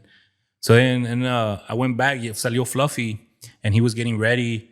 Y pues yo estaba con mi family. Y the lady that was working at Comic-Con, she goes, sir, you can't be here. You gotta get in line. And I was like, oh, I'm gonna go say hi to Gabriel. Like, he's like, I'm gonna go say hi to Gabriel. He's a friend of mine. Right. And she kind of was like, okay, dude. But then Gabriel was like, Salazar, come here. And she's like, oh, I'm so sorry, sir. And I was like, no, it's cool, man. Like, I know you're doing your job. So lo quise saludar otra vez. Y le dije, why are you always trying to shake my hand, bro? Y me da un abrazo. And I was like, my family was like, hey, come here, guys. They got to take a picture with him. Super nice, man. Yeah, he seems like it. Mm-hmm. So, así como lo miras, how you see him on screen, that's pretty much him. He's a real cool cat. Real cool cat, nice. Fast. That's with, good to know. Witty, witty replies during normal conversation también. Super funny, dude. Yeah, because, sometimes people dicen, it's a different personality from the screen. Like, it's like a switch. Yeah. Right? So the way como lo miras on the screen, that's how his personality is pretty much the same. Yeah. Well, I mean, we're big fans. Everybody is. Yeah. What's his version of the valley? Como mira the 956? Does he? He loves No? it here. See? See, he just loves Texas in general, and he knows El Valle. He does a lot of like when he did that show in Hidalgo, le puso chingos de Spanglish in el show. He Okay. knows there's a lot of raza here, Uh-huh. and yeah, no, he loves Texas, bro. He loves Texas. He lives in New Braunfels now. Really? See, he lives in New Braunfels now. I didn't know that. Yeah. Wow, that's interesting. Sí. Yeah. So who does Mario watch? Like you're a superstar, right? Who do you watch? Is there anybody you watch? Like, do you have a favorite? Like when you're sitting down, chilling out, those little times. How do you get entertained, or you really don't watch comedy? No, I've been getting back into it. You know, I've been because I started getting Sirius XM on my. I got Sirius XM on my car, so I listened to the Comedy Greats channel. Brian Regan, Tom Papa, Jim Gaffigan. One of my favorite comedians, and I got to meet him. I got to work with him. Really cool dude, Roy Wood Jr. Okay. He was on the Tonight Show, and he does a show on CNN. And he's really funny. I like John Oliver. I like his show, John Oliver. I know he might be a little bit biased sometimes, but I still love them. You know, just I get a lot of my news from him, which is not good, not good. But I get like, you know, stuff like prisons that are, you know, for profit. You know, he'll do a story on prisons for profit. Yesterday, I was watching a thing about the tipping and the sub minimum wage for restaurant employees and stuff like that. It's, you know, I like because he puts a comedic spin to it, even though it's kind of a like, you think back, you're like, man, dude, some of these waiters and waitresses, man, $2.13 an hour, bro. Yeah, that's tough, man. Right? Yeah. A lot of people don't know that they don't get paid minimum wage. It's like a portion. Yeah. And they have to get tips. So I always do my best to tip people. Yeah, and está diciendo una señora que they got to do tip outs, you know, to the bus boys and stuff like that. So let's say somebody doesn't leave a tip at all on $100 meal, and they don't leave. They put zero. That's costing her money because she's got to give at least what was it, $5? Yeah. To the busser, even though they didn't leave anything. She still got to tip them out. But I don't think that happens here in the valley. No son codos. Like no, aquí somos con aire, bro. No, we're really good. Yeah. You know. I think so. Is that lo de Bronzeville? Yeah. No sé. Wow. So, oye, Mario, so from here, where are you taking it? Do you have something coming up? Movies, baby. Eso, ánimo. we gotta start writing Some scripts. If you get I read a lot. I'm a big reader. I proposed to my wife at the New York City Public Library. Oh yeah. Romantic next to the homeless guy taking a shit, but it was still romantic. And lately, I've been reading a lot of authors from the Valley, and there's this gentleman, Juan Ochoa, I believe. Okay. And he has his first novel was called Marihuano. It tells a story of how like him and his dad used to sell weed, and he became a lawyer. Okay. And was the money they made from the weed, that's how they put him through school. And his dad hated weed, but he sold it, you know. And so, man, just the little sub stories inside that story, and it's, you know, that's really the Reynosa. I was asking my mom about this because there was a part que the Pesera Wars, you know, in Reynosa they still have them, I think, Peseras. Yeah, and they only had two companies, and the two men that owned the Peseras were actually also the owners of the newspapers. Rival newspapers. So these pesetas were in war with each other, and they were going around burning the pesetas. Like you could be going to work y de repente salen unos vatos, hey, sálganse de la pecera, se van a meter a esta, and they would blow up. They would burn it up. Wow. You're like, and that's your Tuesday. You're just going to work, and that happens. Not that chance. Huh? Yeah, and that's just a little subplot in the whole story now, and it has a lot of like stuff from the Valley. Book. Yeah, te lo presto cuando lo cabe, bro. Yeah, text me that. It's I love to read. Yeah, I love to read. Oh man, you love it because it has a lot of Valley, Reynosa, Matamoros references.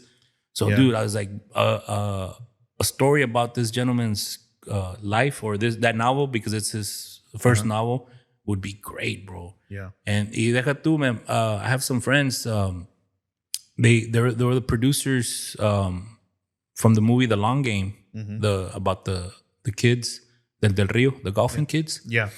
And I saw that movie. see, he's Robert se llama el señor Tigrina from Edinburgh. I had seen on Fluffy's story que he had put he had lunch with the owner from Pollos Locos, Pollo Loco and Taco Palenque. El señor también se llama Juan Ochoa, coincidentally. Right. So, and then Fluffy put like, man, somebody should make a movie about this gentleman. And I screenshot it and I sent it to Robert. I was like, dude, like, man.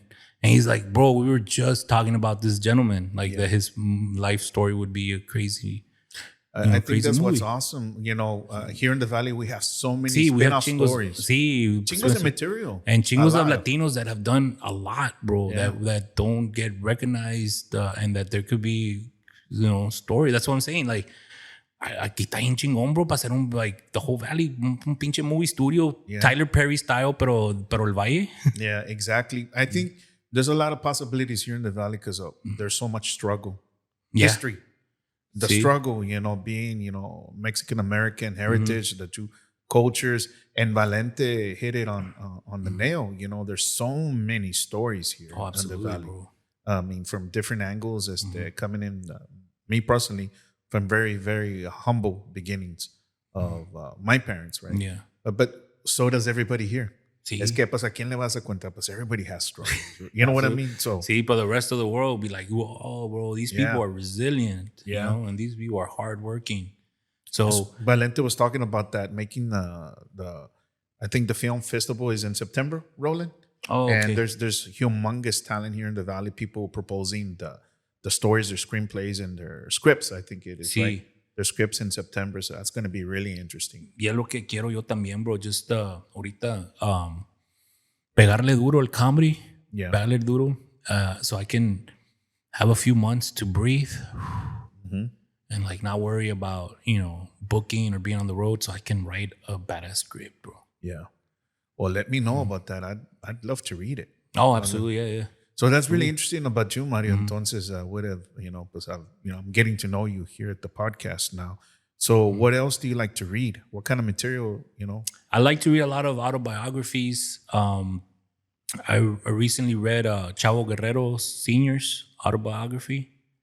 El papá de Chavo Guerrero Jr. And, okay. I'm into wrestling a lot. The history of lucha libre and the history of wrestling in Japan and wrestling here in the States. So I read a lot of wrestling autobiographies. I read this book, The Silent Patient. This is the one, the novel I just read last.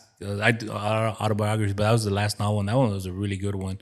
It's a mystery sort of book. So just un poquito de todo. And like I said, I'm reading that Marihuano that I'm finishing it up. Yeah, that sounds really interesting. And then my next read was the Andy Kaufman story. Okay. So yeah, that should be good. I like to read comedians autobiography. I just recently read Don Rickles, Norm Macdonald's autobiography.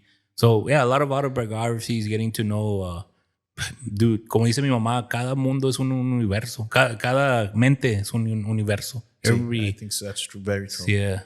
You know, on your fan page, I'd be a fan just to know what you're reading, just to kind of talk about it. Yeah. Oh, that's so cool, yeah. Yeah, porque I love to read también en la noche. Bueno. That's good, yeah. And podcasting is also, I like to listen to other podcasters and different angles and topics of discussion and so forth.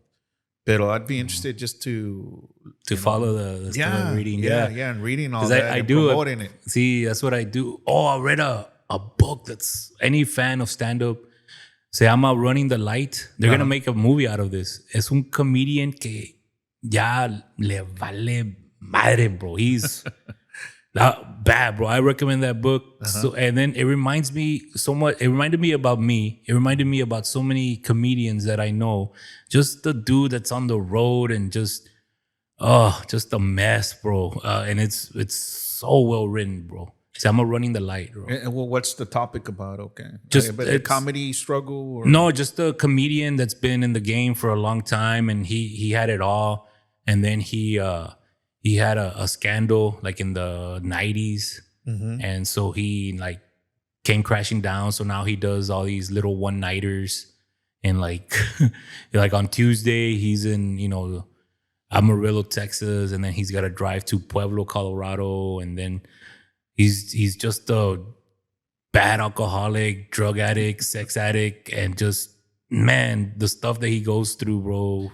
His own struggle. And it's just 1 week. It's 1 week of him being on the road. 1 week? 1 week being on the road is just so many crazy stories. He has a crazy orgy, and he thinks that one of the people that he does the orgy with stole his money, so he beats him up because he was in prison too. That's how he got. Like he was in prison, and then he started doing comedy in prison, and that's how he got like started. Mm-hmm. So el vato, he still tira chingazos. So he beats up some dude that he thought stole his money. He crashes into a deer that almost kills him. Es un pinche desmadre. And it's just 1 week. Wow. And it tells you like, he gets picked up at the airport by some dude that the owner of the club, the son, who gives him Valium and meth. Mm-hmm. And they're smoking meth right before the show. Desmadre, bro. Wow. So I'm running the light. That was a really good one. And some of my comedy buddies are like on the project of the movie. I'm super excited about it. One of my good friends is they used his name as one of the characters, Kurt Fletcher. Yeah, Kurt Fletcher. Okay. You get to read that book, bro. You see that name. No, but I put it on your fan, See, I'll put it, yeah. Yeah, because I'd love to read what you're reading, I'm a fan. Y como te digo, I'm fascinated people that can make other people laugh. That's a talent, man. That's a great talent. So you're thinking of writing your own script. That's gonna be really interesting. Yeah. So what else is up and coming new for Mario Superstar? Right now, estaba en un group chat. We're working on this huge tour with a lot of great comedians. Raymond Chingo, myself, Chonai, and we're working on dates for big theater shows, and that's in the works right now. I have that show with Martin Moreno coming up June 6th. I don't know when this airs, but June 6th. So yeah, man. We'll try to get it edited before. Yeah. And so that's coming out, and then just staying on the grind, bro. Just the daily struggle. Trying a daily grind, trying to make as many people as I can, feel good and laugh, and slowly start incorporating my my message to get closer to God and to be kind to animals, Yeah. Amen. Just be a good person in general. Yes. Sometimes my wife keeps me grounded because I take a lot of things personal sometimes, and sometimes in this business you can't. The volada quiero tirar shade because they were gonna book me, but then they decided at the end que no, we're going a different direction, and they don't think I'm that. No, hey, deja el pinche phone. It's okay, dude. Yeah. You're gonna get something else, dude. It's okay. Yeah. So yeah. God is great. He God always is amazing. He always provides, right? God and I think that's the struggle, always reminding ourselves of our own struggle, that, we have to be calm and peaceful, and it'll come. Sí, and then también, I've learned también to sometimes take just a step back and just be proud of yourself for your accomplishments, because sometimes I feel, because like I said, I really don't have a day off. So I'm always in ching, boom, boom, boom. What's next? Yeah. But sometimes I'll take back and be like, man, you just, headlined the LOL for a weekend. There's only 50 comedians in the whole world that can say that. Because it's a big venue, like not a big venue, but a prestigious, venue. And you just performed in front of 15,000 people, stuff like that. Like, wow, man, like you can chill, bro. You can watch an episode, and then get back to your, creating content, Yeah. So you just take back and be proud of yourself también when something good. Don't become complacent, but also just be aware that, doing great things. I think you hit it right on. I think that's really important, that we have to kind of take it all in. Yeah. Our success. Like a chick from True Fit. No. I'm joking. Yeah, she really took it all in. Sí. Pobrecita. Sí. Pero yeah, so I'm interested to see what else new you got coming up and all that. And you have our support. Thank you so yeah. much, man. So when I on Thursdays, I know I've been talking so much, bro, because it was a great podcast, You bro. talk all you want, man. All you want. Pero Aquí estamos. sí, gracias, brother. On Thursdays, Raymond brings some national touring comedians. Y yo también voy, not every week, but every 2-3 weeks.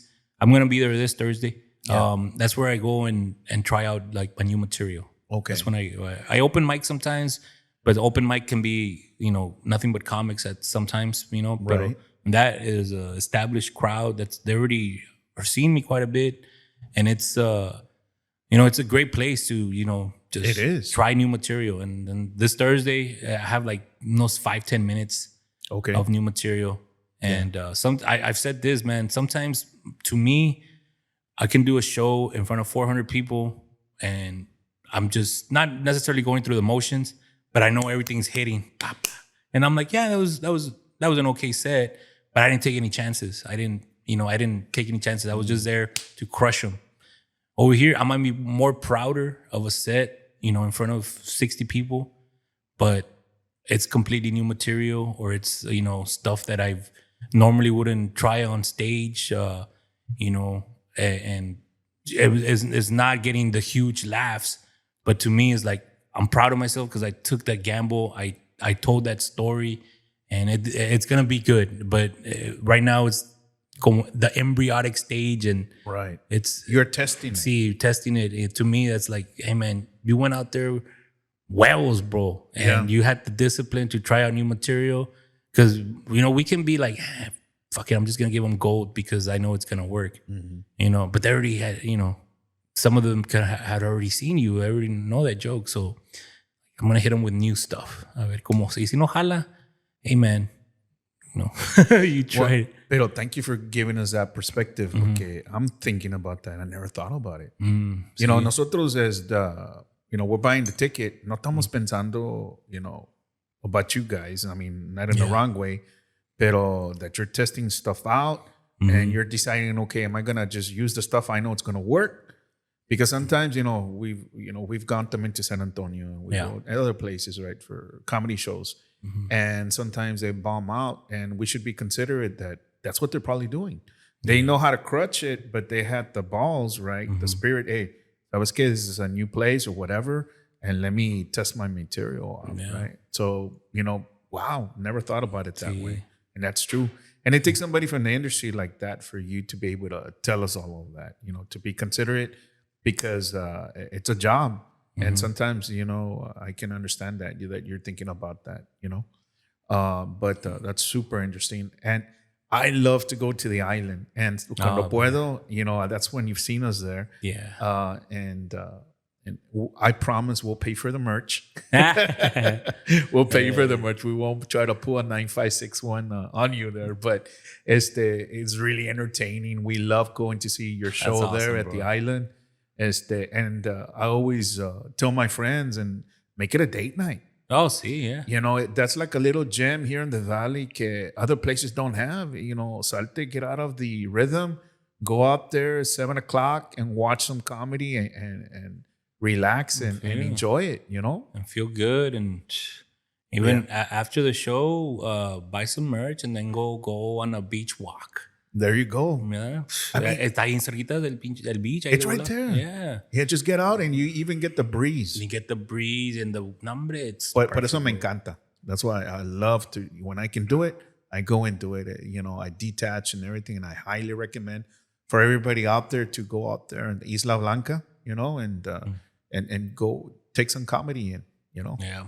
Well, thank you so much, Mario. Hombre, thank you so much, Julian, bro. We're very appreciative of you coming out here and enjoying the ranch. Absolutely, man. Oh, beautiful ranch, bro. Yeah. You're blessed, Thank you brother. Blessed. thank you so much, and thank you so much, and Deep, we brother. really appreciate it. Yes, sir. And that's a wrap here at the Delta Oaks Podcast Ranch. Yeah. Please be kind to animals. Yes. And read your Bible. Yes, read the Bible and take care of your animals. A huevo. But thank you so much. I think.